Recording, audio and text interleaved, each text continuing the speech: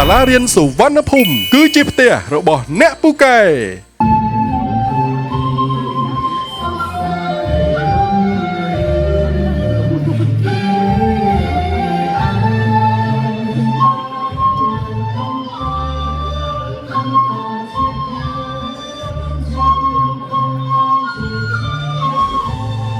ជំរាបសួរខ្ញុំបាទប្រភពបញ្ញត្តិជាសិស្សថ្នាក់ទី9 ITP នៅសុវណ្ណភូមិទី8សាខាខេត្តបន្ទាយមានជ័យចំនួនពានដែលខ្ញុំទទួលបានមានដូចជាប្រាក់26និងមេដាយសំរឹទ្ធ16កម្មវិធីធំៗដែលខ្ញុំធ្វើបានកន្លងមកមានដូចជា Tinigal World Scholar Cup Stamco ហើយនិង Hymix ដែលកម្មវិធី World Scholar Cup គឺជាកម្មវិធីភាសាអង់គ្លេសដែលឲ្យកូនសិស្សប្រឡងដូចជា debate ការសរសេរ writing ហើយគឺបើយើងជាប់បានតែសហរដ្ឋអាមេរិកTinigal គឺស្តីងនឹងដែរគឺជាកម្មវិធីមកពីចក្រភពអង់គ្លេសគឺឲ្យកូនសិស្សប្រឡងដូចបែបខាង writing និង debate ដូចគ្នាដែរបើយើងជាប់ទឹកគឺមាន2ជំរើសគឺអង់គ្លេសក៏បានបើ Hymix គឺជាកម្មវិធីអូស្ត្រាលីគឺជាកម្មវិធីខាងកណ្ដាលវិទ្យាប្រឡងកណ្ដាលវិទ្យាដែលខ្ញុំបានទៅកាលឆ្នាំ2022បើ Stamco វិញគឺជាកម្មវិធីសិង្ហបុរីគឺនៅអាស៊ានយើងទេគឺជាកម្មវិធីកណ្ដាលដូចគ្នាបាទការលើកទឹកចិត្តរបស់ខ្ញុំគឺបានមេដាយបានអ្វីដែលជាកម្លាំងចិត្តខ្លួនឯងដែលបញ្ជាក់ថាជាសមត្ថភាពរបស់យើងមេដាយមិនមែនត្រឹមតែជាដែកជាប់ទាំងខ្សែមួយទេគឺ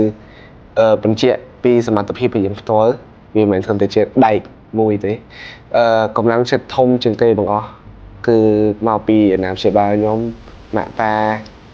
ក្រុមគ្រួសារហើយនិងលោកគ្រូអ្នកគ្រូទាំងអស់មិត្តភ័ក្តិដែលបានឲ្យខ្ញុំខិតខំអភិវឌ្ឍខ្លួនដោយនេះ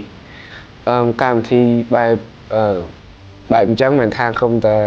កម្មវិធីក្រៅប្រទេសទេគ្រប់កម្មវិធីទាំងអស់គឺខ្ញុំលើកទឹកចិត្តឲ្យចូល 100% គឺដោយសារតែវា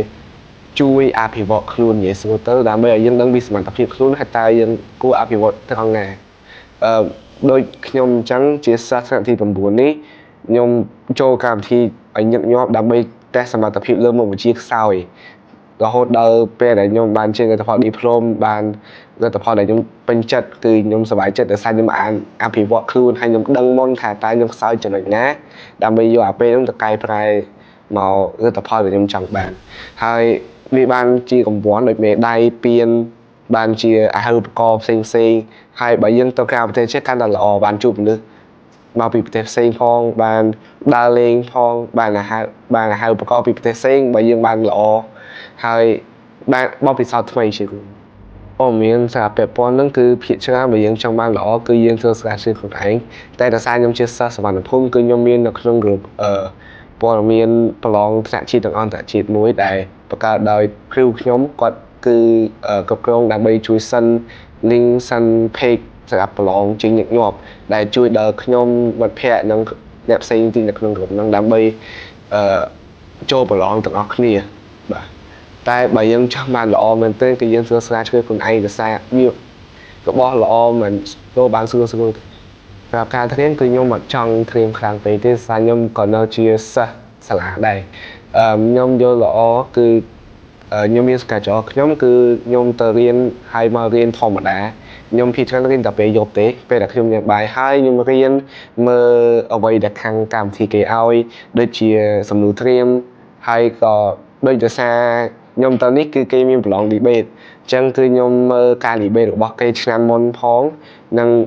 ស្រាវជ្រាវជាមួយគ្រូរបស់ខ្ញុំទៅអ្វីដែលធ្វើខ្ញុំសប្បាយចិត្តដែលខ្ញុំឲ្យខ្ញុំមានមោទនភាពជាងគេគឺបានមេដាយនឹងពានហ្នឹងហើយក៏ឃើញថាអ្នកជុំវិញខ្ញុំសប្បាយចិត្តអបអរជាមួយខ្ញុំធ្វើឲ្យខ្ញុំសប្បាយចិត្តផងដែរដោយសារដូចជាម៉ាក់ប៉ាខ្ញុំបងខ្ញុំមិត្តភ័ក្តិខ្ញុំគឺខ្ញុំដែលឃើញគាត់សប្បាយចិត្តអបអរហើយលើកទឹកចិត្តខ្ញុំថែមគឺធ្វើឲ្យខ្ញុំមានកម្លាំងចិត្តហើយខ្ញុំគិតថាការខ្ញុំខិតខំនេះគឺមានតម្លៃខ្ញុំសូមអរគុណដល់ម៉ាក់ប៉ាបងខ្ញុំតាយាយសមាជិកគ្រួសារទាំងអស់ដែលបានជួយលើកទឹកចិត្តខ្ញុំសូមអរគុណដល់លោកគ្រូយ៉ាន់ឌីណាដែលបានជួយលើកទឹកចិត្តខ្ញុំគ្រប់កម្មវិធីទាំងអស់ហើយអ្នកគ្រូសុខសុផានណាដែលបានជួយណែនាំដល់កម្មវិធីខ្ញុំផ្សេងនិងបានជួយបង្ហាត់មេរៀនក៏គ្រូជូហានដែលបានបង្ហាត់ debate ខ្ញុំនេះរហូតដល់ខ្ញុំបានលេខ1ក្នុងកម្មវិធីទូទាំងហ្នឹងបានលេខ1ទូទាំងកម្មវិធីហ្មង សាលារៀនសុវណ្ណភូមិជាសាលាចំណេះទូទៅខ្មែរធំជាងគេនិងល្អជាងគេនៅកម្ពុជា